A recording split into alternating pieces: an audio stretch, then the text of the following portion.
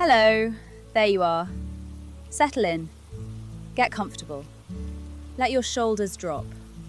There's nothing to do now, nothing at all. Tonight I'm going to tell you about the medieval wool trade in a fair amount of detail. And I promise you, right at the start, nothing exciting is going to happen. No twist, no big moment, just wool and sheep, told quietly until you drift off. So, the wool. In medieval England, wool was very important, perhaps the most important thing there was. People cared about it deeply, more than you'd think possible for the fleece of a sheep, but they did. They really did. England was rather good at sheep. The grass was soft and damp, the hills were gentle, and the sheep stood about on them, doing very little, growing their wool season after season. And that was the whole economy in the end. Grass, into sheep, into wool, into money. Slowly, always slowly. There were a great many sheep, millions of them. More sheep than people, some say, and I see no reason to doubt it. The monks kept the largest flocks. The abbeys owned thousands upon thousands, all of them chewing and standing and growing their wool, while the monks counted them and wrote the numbers down in long, neat columns by candlelight. Imagine that, a room of quiet men writing down numbers of sheep for hours. Nothing happening, just the scratch of the pen, and the wool growing somewhere out in the dark fields. You can let your eyes close now if you'd like. I'll keep going. I'm in no hurry at all. Once a year, the sheep were sheared. This was the busiest the whole business ever got, and it still wasn't very busy. The shearers sat the sheep down and took the fleece off in one soft piece, and another, and another. The pile growing through the long afternoon, warm and soft and smelling faintly of grass. The fleeces were rolled and tied and weighed. Everything was weighed, in sacks and tods and cloves and other words you'll have forgotten by morning, which is perfectly fine. You don't need to remember any of this. That's rather why I'm telling you. Then the wool had to travel, and here very little happened for quite a long time. The sacks went onto carts, and the carts went slowly along bad roads, pulled by oxen, who were also in no hurry. The wheels turning slowly, the wool sitting there, patient, going nowhere fast. From the ports it crossed the sea to Flanders, where the finest weavers in the world turned it into cloth. So England grew the wool, and Flanders wove it, and the ships went back and forth, slowly, across a grey and gentle sea. You're doing nothing wrong by drifting off. That's the whole idea. The king, of course, noticed all this wool. Kings always notice when there's money about, so he taxed it, a little on every sack that left the country. And it made the crown enormously rich, slowly, over many years. There was even a great woolen cushion, the wool sack, that an important man sat upon in an important room to remember where the wealth came from. He just sat there, on the wool, for centuries. Isn't that a calm thought? A man on a cushion of wool, in a hush, while the country grew rich one fleece at a time. Let's go back to the fields. It's the nicest place to end. It's evening, in some year long ago. The shearing's done, the carts have gone. The sheep are settling on the hillside, folding their legs beneath them, one by one, in the soft last light. Somewhere a fire is lit in a low stone house, and someone writes the day's numbers down, slowly, and puts the pen away. Nothing more will happen tonight. Nothing needs to. Leave the day on the hillside, with the sheep in the dark. I'll stay a moment longer. Just breathe, slowly, in and out. The wool is growing. The sheep are sleeping. There's nothing left to do. Good night. Sleep well. I'll be here tomorrow with something equally dull. Hello again. There you are. Settle in. Let yourself grow heavy. Shoulders down. There's nothing to do now. and nowhere to be. Tonight, I'm going to tell you about the spoon, the history of the spoon, in a fair amount of detail. And as before, I promise you, nothing exciting is going to happen. No twist, no surprise. Just spoons, one after another, told softly until you drift off. So, the spoon. It is, when you think about it, a very old idea. Older than the fork by far. The fork came late and caused a fuss, and we needn't worry about it tonight. The spoon was simply always there, a small, patient hollow on the end of a handle, for lifting up the warm and the soft and the wet. Soup, porridge, pottage, the quiet foods. The very first spoons were whatever happened to be hollow. A shell, a scooped piece of wood, a bit of horn smoothed down by hand. People have been spooning things gently into their mouths for thousands and thousands of years, and almost none of them are remembered. And that is perfectly all right. For most people, for most of history, the spoon was made of wood. A plain wooden spoon, carved on a winter evening by the fire, worn smooth by years of use. Nothing precious, nothing to write down. Just a useful little thing, kept on a hook or in a pocket or tucked into a belt. People carried their own spoon about with them, you know. Their one good spoon. And they minded it, the way you might mind a single familiar thing. You can let your eyes close now, if you'd like. The spoons will keep coming. I'm in no hurry at all. In time, some spoons were made of horn, and some of pewter, a soft, grey, heavy metal. And these felt rather grand to the middling sort of person. A pewter spoon. Imagine being pleased by that. But they were, and why not? It was solid in the hand. It lasted. It could be passed to a child, and then to their child, slowly, down the years. And then there was silver. The silver spoon. The one everyone has heard of.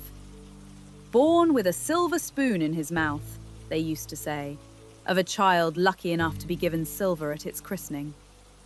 Wealthy families had sets of them, little apostle spoons, with a tiny figure on the end of each handle, polished and counted and kept in a drawer lined with felt. Counted and polished and put away again. For years. For lifetimes. There is something very calming, I find, about a drawer of silver spoons that no one is using.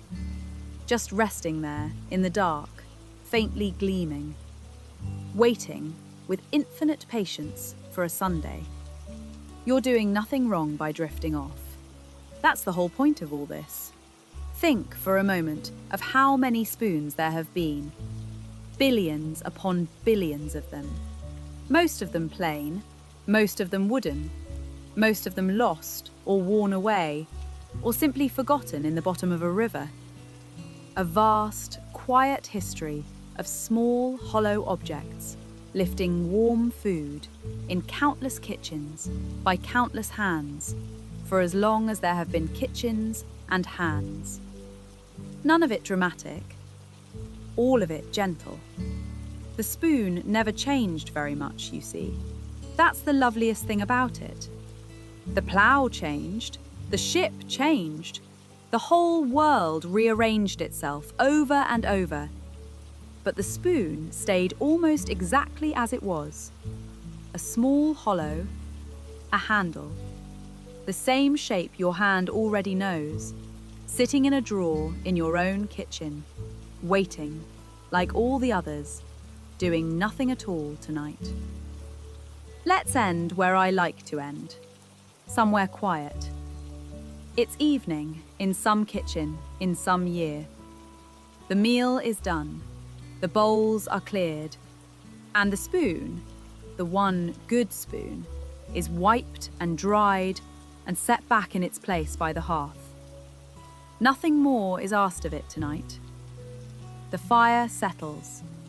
The room goes soft and dim, and the spoon simply rests where it has always rested, where it will rest again tomorrow. Nothing more will happen now. Nothing needs to. Set the day down the way you'd set down a spoon at the end of a meal. Quietly, without thinking. Done. I'll stay a little longer. Just breathe, slowly. In and out. The fire is low. The spoon is at rest. There's nothing left to do. Good night. Sleep well. I'll be here tomorrow with something just as dull. Hello again. There you are. Settle in. Let yourself sink down a little. Shoulders heavy. There's nothing to do now, and nothing to decide. Tonight, I'm going to tell you about the brick, the humble brick, in a fair amount of detail. And as always, I promise you, nothing exciting is going to happen. No twist, no turn. Just bricks, one upon another, told softly until you drift off. So, the brick. It is one of the oldest made things in the world, older than almost anything you could name. Long before machines, long before cities as we know them, people worked out that if you take mud and shape it and let it dry, it becomes hard and square and useful. And they have been making bricks in very nearly the same way ever since. It begins with clay, soft, wet, heavy clay, dug from the ground and mixed with water and a little sand and a little straw and trodden underfoot until it's smooth. A slow, muddy, unhurried business.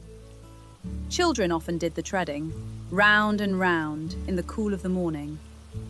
Nothing to it but the squelch of the clay and the sun coming up slowly behind the fields. Then the clay was pressed into wooden moulds, a simple frame the size of a brick. You'd fill it and smooth the top with a stick and turn it out, a soft, damp brick, onto the ground to dry. And then another, and another. Row upon row of soft grey bricks lying in the sun, doing nothing at all but slowly drying. You can let your eyes close now, if you'd like. The bricks will keep coming. I'm in no hurry at all. In the sun, the bricks would harden over days. And for many people, in many places, that was enough. A sun-dried brick, set into a wall, plastered over, lived in for generations. But if you wanted a brick that would last and last and last, you fired it. You stacked the dried bricks into a great kiln and lit it and kept it burning slowly for days. And the heat turned the soft grey clay hard and red and almost everlasting. Imagine tending that fire, sitting by the warm kiln through the night, feeding it, watching the glow while the bricks hardened inside, doing nothing but becoming themselves. Hour after hour, nothing happening, just the heat and the dark and the quiet work of waiting. And then, the wall. This is the part I find most calming of all. A wall is only ever built one brick at a time. There is no other way to do it. A little mortar, a brick, a tap to settle it, a little mortar, another brick. Over and over, slowly along the line, the wall rising the width of a hand at a time. A great cathedral, a long garden wall, a whole city, all of it, only ever one brick, and then the next, and then the next. You're doing nothing wrong by drifting off. That's the whole point of all this. Think of how many bricks there have been. More than anyone could ever count. Billions upon billions, baked and stacked and mortared into place, holding up the warm rooms where people have slept all over the world for thousands of years. Most of them plain, most of them hidden inside walls, never seen again, doing their quiet work in the dark, holding things up, asking for nothing. And the brick barely changed. That's the loveliest thing about it. The same simple shape, the size of a hand, the size it has always been, because it was always just right. The wall around you may well be made of them now, quiet, patient, holding the night out while you rest. Let's end where I like to end, somewhere still. It's evening, at the edge of some half-built wall in some year long ago. The bricklayer sets down his trowel, wipes his hands. The last brick of the day is laid and tapped and left to set in the cool air. Tomorrow there will be another row. Tonight there is nothing more to do. The mortar slowly hardens. The wall waits. The light goes soft and grey. Nothing more will happen now. Nothing needs to. Let the day settle the way mortar settles, slowly, quietly, without being watched. Done. I'll stay a little longer. Just breathe, slowly, in and out. The wall is standing. The bricks are at rest. There's nothing left to do. Good night. Sleep well. I'll be here tomorrow with something just as dull. Hello again. There you are. Settle in. Let yourself grow soft and heavy, shoulders down. There's nothing to do now, and nowhere you need to be. Tonight, I'm going to tell you how soap was made. The old way, in a fair amount of detail. And as always, I promise you, nothing exciting is going to happen. No twist, no surprise. Just soap, slowly coming together, told softly until you drift off. So, soap. It seems such a simple thing, a plain bar by the sink, but making it, in the old days, was slow and patient and rather magical in a quiet way. For most of history, people made it at home, once or twice a year, from things they already had. Ash and fat and water, and a great deal of time. It began with ash. Wood ash, saved from the fire all winter long, kept dry in a barrel. You poured water slowly through the ash, again and again, and what trickled out the bottom was a sharp, slippery liquid called lye. It took days to gather enough. Just water, dripping slowly through ash into a pot, drop by drop, while the household went quietly about its business. Then the fat. Every scrap of fat from every meal was saved, skimmed and stored and kept for this. Nothing was wasted. And when there was enough lye and enough fat, the two were brought together in a great iron pot over a low fire out in the yard. You can let your eyes close now if you'd like. The soap will keep coming together on its own. I'm in no hurry at all. And then came the stirring. Hours of it. The fat and the lye simmering together, slowly in the big pot, while someone stood and stirred, round and round in long, slow circles, watching the mixture thicken. It could take the best part of a day. Nothing to do but stir and tend the fire and wait while the steam rose and the soap, very gradually, decided to become soap. You couldn't rush it. That was simply the nature of the thing. You stirred and you waited, and at some quiet point the liquid grew thick, like cool porridge, and you knew it was ready. A small triumph after a long, slow day. And then it was poured into wooden moulds or a lined box and left to set overnight. You're doing nothing wrong by drifting off. That's the whole point of all this. In the morning, the soft soap had set firm, and it was turned out and cut into bars with a wire or a knife. Plain, pale blocks stacked on a shelf in a cool, dark room. And here is the most patient part of all. The soap was not used yet. It had to cure, to rest on the shelf, turned now and then, for weeks, sometimes a month or more, just sitting there in the dark, slowly growing milder and harder and kinder to the skin, doing nothing but resting and getting better at being soap.